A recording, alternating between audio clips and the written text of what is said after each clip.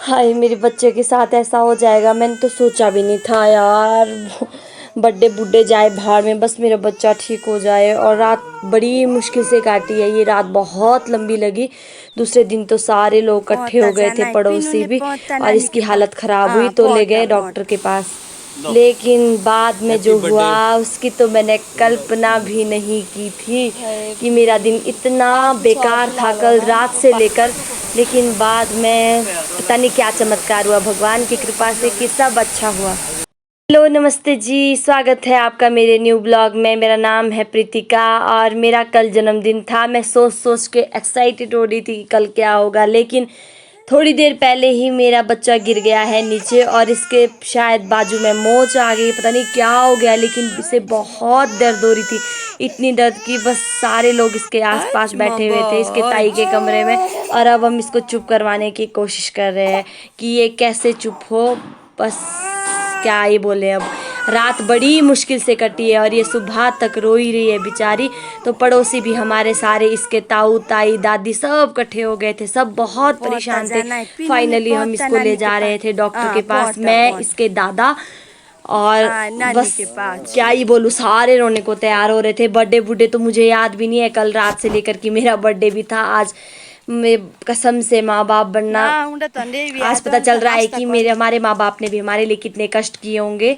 जब अपने बच्चे को कुछ भी हो जाता है ना, तो ऐसा लगता है कि बस अब तो क्या ही भूचाल आ गया है ज़िंदगी में।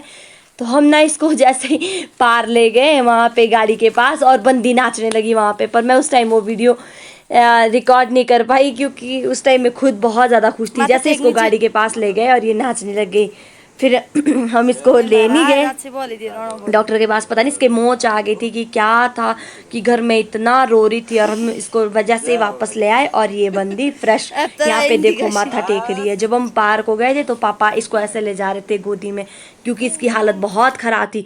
जैसे हम जाते हुए ना मंदिर से थोड़े से आगे गए ना रोड के पास, और ये देखो ये वाली बाजू अब डांस कर रही है, जो कल से लेकर, जिसमें छूने भी नहीं दे रही थी कल रात से लेकर। पता नहीं क्या ही हुआ, जैसे हम मंदिर से परे को गए ना, गाड़ी के पास पहुंचे, एकदम से ये नाचने लगी। अब पता नहीं कुछ नजर नुजर का था, पर जो भी था कल रात से लेकर भयंकर था।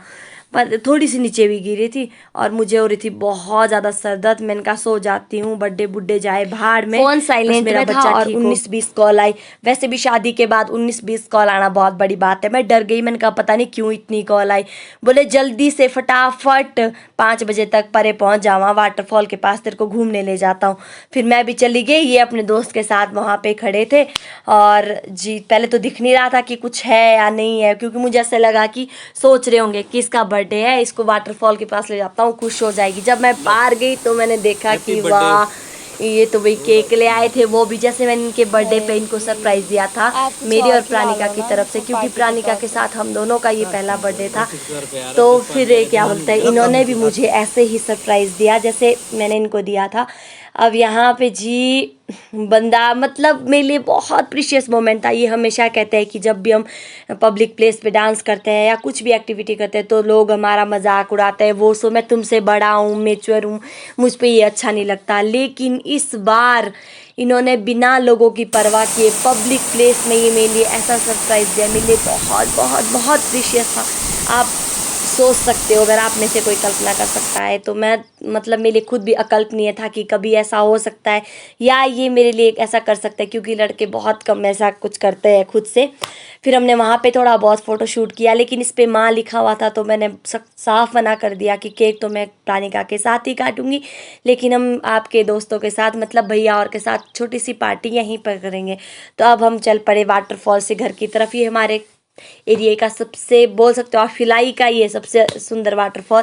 लेकिन मुझे ऐसा लगता है कि मेरे एरिया में बहुत अच्छी चीज़ है ये।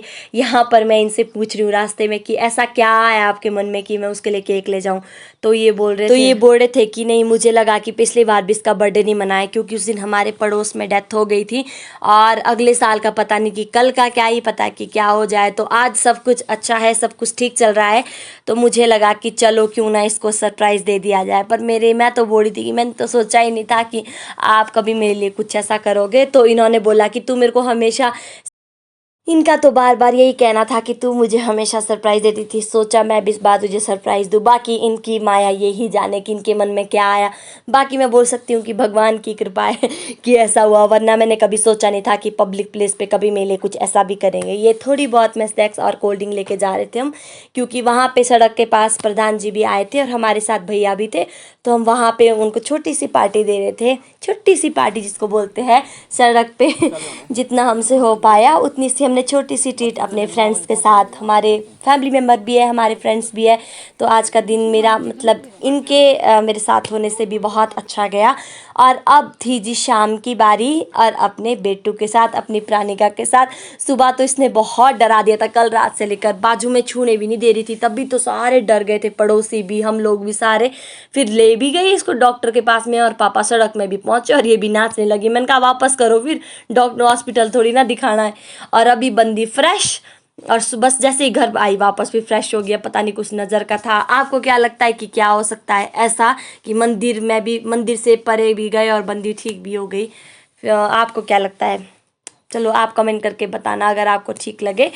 तो भाई ये था हमारा बेटू, इसके अभी साथ तो था ठीक मेरा भी लग रही है, बर्थडे। मैंने इसकी कल्पना भी नहीं की थी, सोचा भी नहीं था कि ऐसा भी होएगा मेरा बर्थडे। क्योंकि जब कल रात को इसके हालत देखे थे ना मैंने, बर्थडे तो मेरे को याद भी नहीं था। नहीं, पर ये कि प्रभु की कृपा से, शायद प्रभु की ये कृपा होगी कि भाई अच्छे से रहा मेरा ये दिन, वरना कल का भी कोई भरोसा नहीं है। हमें ना अपने आज में सेलिब्रेशन करना चाहिए, अपने आज में खुश रहना चाहिए। कल का कोई पता नहीं है कि कल क्या है। मैं सबको यही बोलती हूँ और खुद भी मैं ऐसा ही सोचती हूँ।